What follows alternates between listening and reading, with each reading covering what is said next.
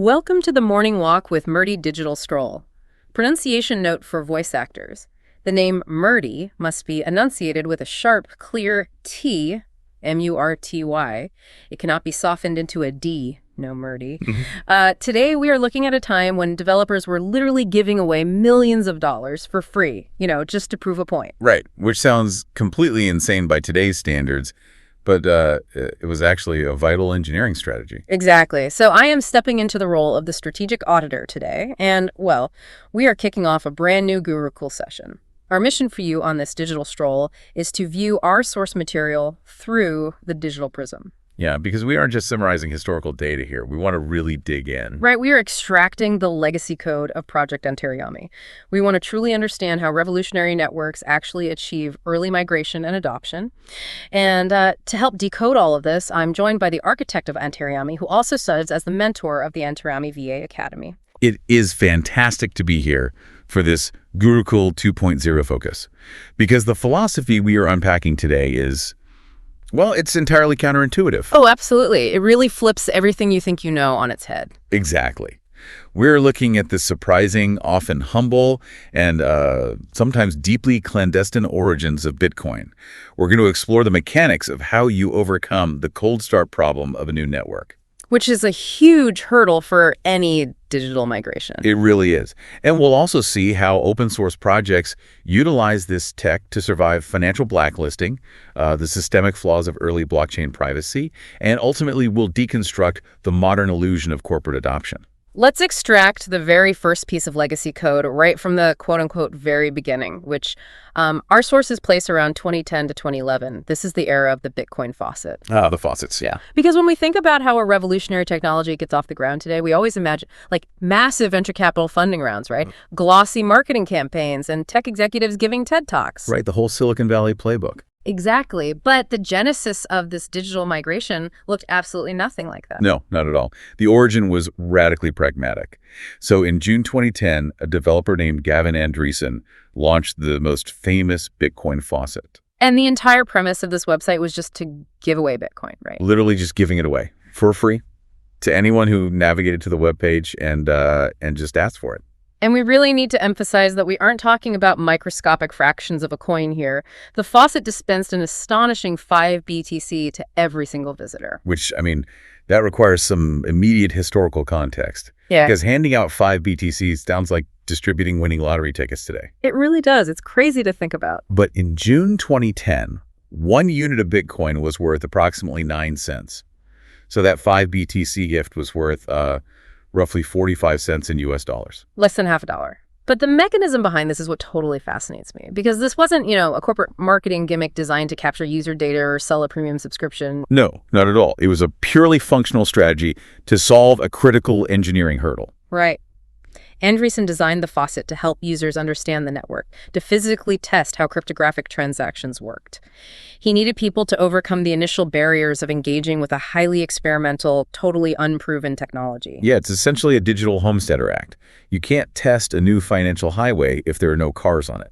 That is a perfect analogy for you listening. Yeah. The network had the infrastructure, but absolutely no velocity. Exactly. So early developers literally handed out the cars for free just to see if the roads actually worked. And that is the core Gurukul 2.0 wisdom we have to extract here. Which is that true network value relies entirely on user participation, right? Spot on. The initial hurdle of any digital migration is the cold start problem. Like, how do you get people to value a currency that no one currently accepts? Right. And how do you get merchants to accept a currency that no one currently holds? It's a total paradoxical loop. It is. Andresen understood that distributing the currency, literally getting it into the wallets of as many curious individuals as possible, was the only mechanical way to decentralize its utility. Because if he had kept it all to himself, or if the early miners had just hoarded their block rewards on their own hard drives, nothing would have happened.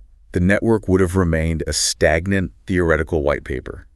Giving it away was the absolute necessary catalyst to test the code in the wild. So once users downloaded the software and claimed their free cars to drive on this new decentralized highway, They naturally needed a destination. Right, because a medium of exchange is useless if you can't exchange it for anything. Exactly. And that leads us directly to the earliest real-world use cases, which basically revolve around open source funding and raw survival. By 2011, application developers actually began accepting Bitcoin donations for their open source project. They did. Yeah, almost immediately after the network gained basic stability. But there's a massive defining moment right before that, in December 2010, involving WikiLeaks. Okay, before we dive into the mechanics of that event, I actually need to pause and make something explicitly clear to you listening. We are impartially reporting the historical facts from the source material regarding WikiLeaks. Right, we are just looking at the data. Yes, we are neither endorsing nor condemning the organization. We are simply highlighting this historical event because it serves as the very first major stress test of Bitcoin's utility as a censorship-resistant tool. And the historical reality of that event provides a perfect contrast between legacy code and digital migration. So in late 2010, traditional payment rails companies like PayPal, Visa, and MasterCard, they all blocked WikiLeaks from using their services. And the mechanics of how they did this are really important to understand. They are, because legacy financial systems are centralized. A single server or, a single board of directors can simply flip a switch and sever a user's financial lifeline. Total control. And in response to this blockade, WikiLeaks integrated Bitcoin. Because Bitcoin operates on a completely different architecture. There is no central server to subpoena, and there is no CEO to pressure. It is a peer-to-peer network of independent nodes routing the transactions. Like, Visa can block a merchant account, sure, but they cannot stop a decentralized network of computers from mathematically verifying a ledger update. Exactly. This was the moment the theoretical highway was used for a very real evasion of legacy financial blockades. And that demonstration of censorship resistance, well, it resonated deeply with developers across the globe. Oh, I bet it did. Yeah, by 2011, open source developers on platforms like GitHub started adding Bitcoin donation addresses directly into their Project Antaryami files. And the sources note these were specifically in the P2PKH format, right? Which are static addresses starting with the number 1. Yes, exactly. Projects that formed the backbone of the privacy community like Tails OS, the image editor GIMP, and Replicant, which is a free Android distribution, they all began utilizing these static addresses to fund their server costs and hardware needs. I want to break down that P2PKH format for a second, because understanding the how here is crucial for where the story goes later.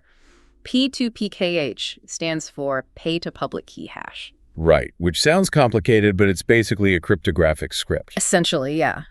When a supporter wanted to donate, they were locking their Bitcoin to the developer's specific public key hash. Only the developer holding the corresponding private key could unlock and spend those funds. But, and this is the big catch, because they were pasting that static address publicly on GitHub, it created a permanent searchable anchor. Which is a huge privacy issue. But before we get to the consequences of that, I have to push back on the motivations of this quote-unquote infancy period from 2011 to 2014. Okay, let's hear it.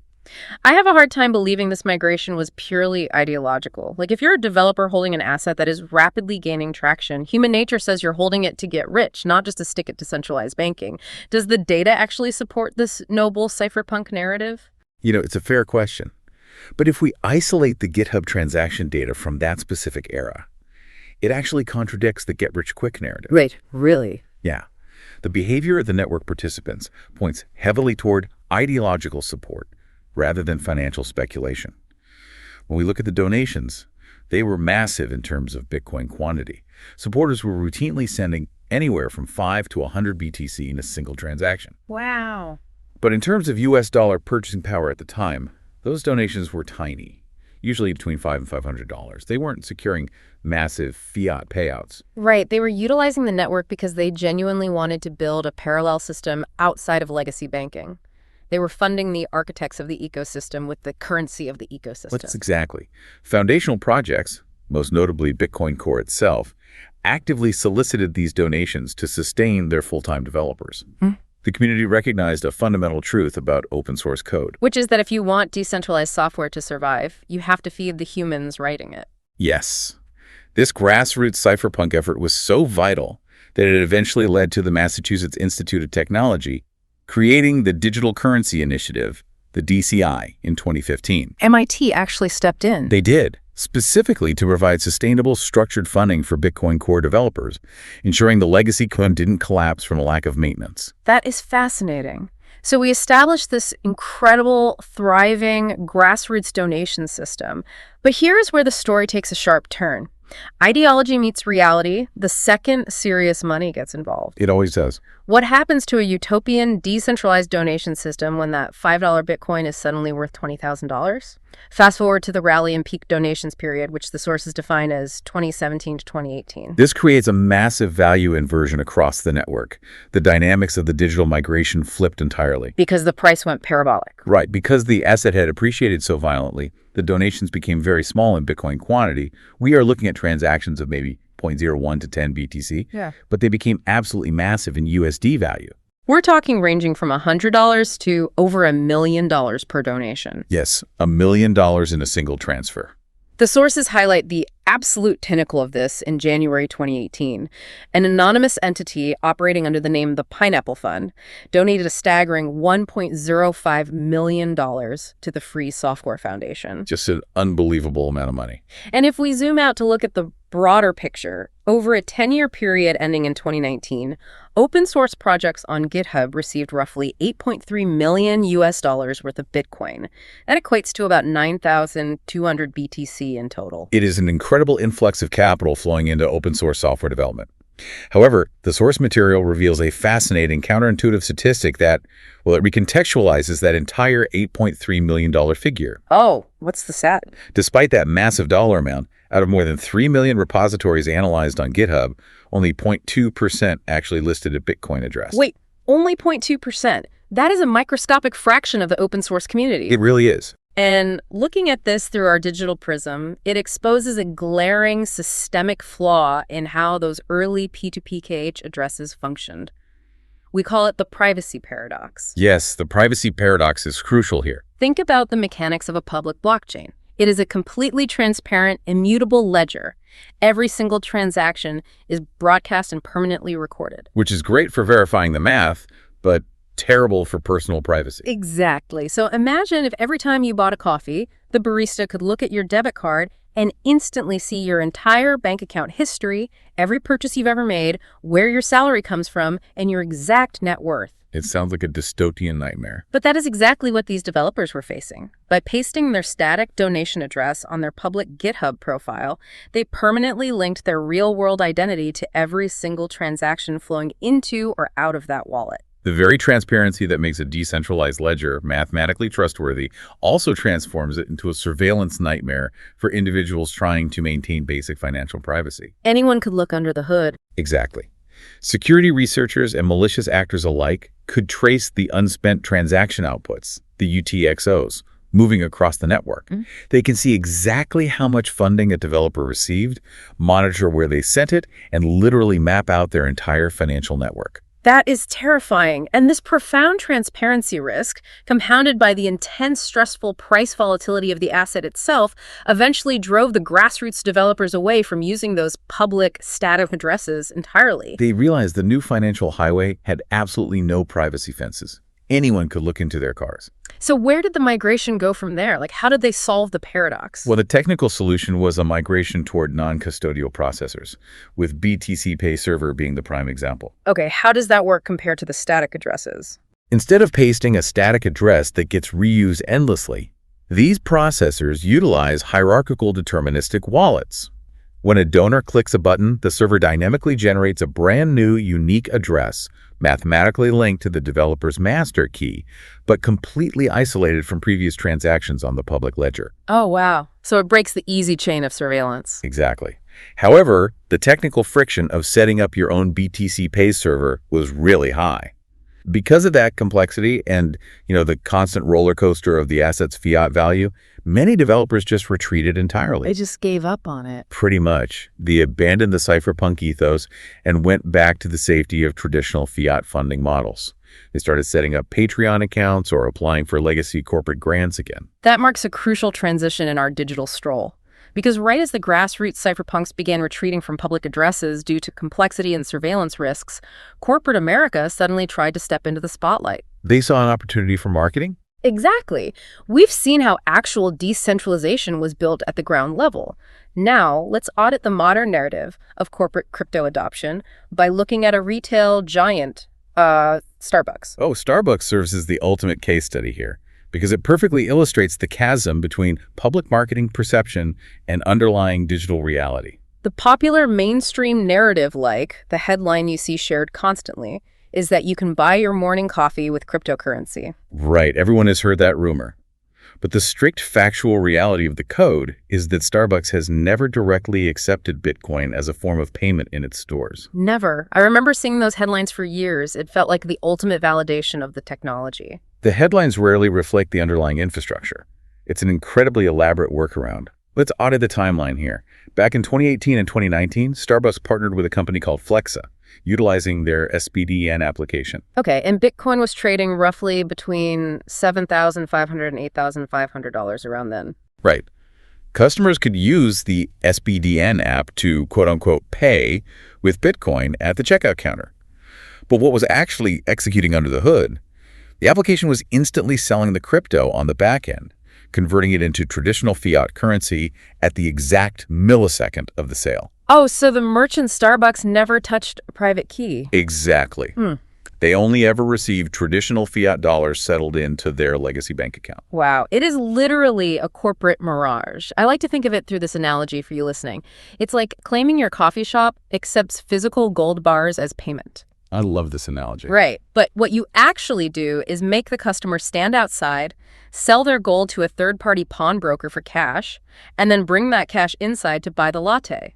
The store never actually handles the gold. Starbucks didn't migrate to the blockchain at all. They just allowed third-party applications to act as instant currency exchange booths right at the cash register. They are still entirely operating on the legacy fiat code. And we see this exact same pattern repeat itself to avoid balance sheet risk. So in 2021, during a highly volatile market cycle where Bitcoin was swinging wildly between $30,000 and $60,000, Starbucks announced a partnership with Backard. Did that change anything mechanically? Not fundamentally. This integration allowed users to convert their crypto holdings into Starbucks rewards points or, use them to reload their digital card within the app. So again, look at the mechanics. It was an integration of closed-loop loyalty programs, not a fundamental shift in decentralized payment processing. Right. Starbucks simply did not want the accounting nightmare of holding a volatile asset on their books. Bringing this timeline all the way up to our current status in 2026, the reality remains completely unchanged. Starbucks still does not hold or accept Bitcoin directly. Nope. If you walk into a location today, third-party infrastructure apps like Walmart OnePay or the legacy SPDN network might allow you to liquidate your crypto holdings to buy a gift card. But the store's point-of-sale system strictly processes the final transaction in standard fiat currency. This is where the Gurukul 2.0 wisdom truly crystallizes for you. Look at the stark structural contrast we've uncovered during this stroll. It's night and day. On one hand, you have Gavin Andresen in 2010 literally giving away 5 BTC to anyone who asked. He engineered a mechanism to build a decentralized network and empower individuals. You're giving away the cars to test the highway. Exactly. On the other hand, you have modern megacorporations using crypto partnerships merely as a marketing veneer for their existing highly centralized loyalty programs. The corporations want the modern buzzword to attract a certain demographic, but they entirely reject the underlying asset and the cypherpunk ethos that created it. They want the public perception of the digital migration without doing any of the actual heavy lifting or, taking on any other risk. It is so fascinating when you pull back the curtain and look at how the transactions actually route. So to wrap up this Gurukul session and summarize the legacy code we've extracted for you today, the true digital migration wasn't led by massive corporations bravely accepting digital scarcity for a cup of coffee. No, not at all. It was built by individuals giving it away for pennies in 2010 to solve the cold start problem. And it was sustained by open source developers using it to survive censorship blockades and bypass legacy banking systems. That is the genuine foundational code of the network. And as we conclude our time today, I want to leave you with a final thought to mull over. Please do. In the early days, the greatest risk to this experimental network was that it had absolutely no monetary value. So developers gave it away purely to create a community. Today, the network possesses immense global value. Right, massive value. But as a result, We see original developers hiding their public addresses to avoid surveillance, and we see massive corporations converting it instantly to cash to avoid holding it. As you continue your own digital stroll, ask yourself, when an asset becomes purely a high-priced store of value, does it lose the very cypherpunk community utility that made it so valuable in the first place? That is a profound question to leave on and a perfect example of the paradox of digital migration. Thank you to the Architect of Antaryami for your deep analysis today, and thank you to you for joining us on this Gurukul session. We wish you well until our next digital stroll.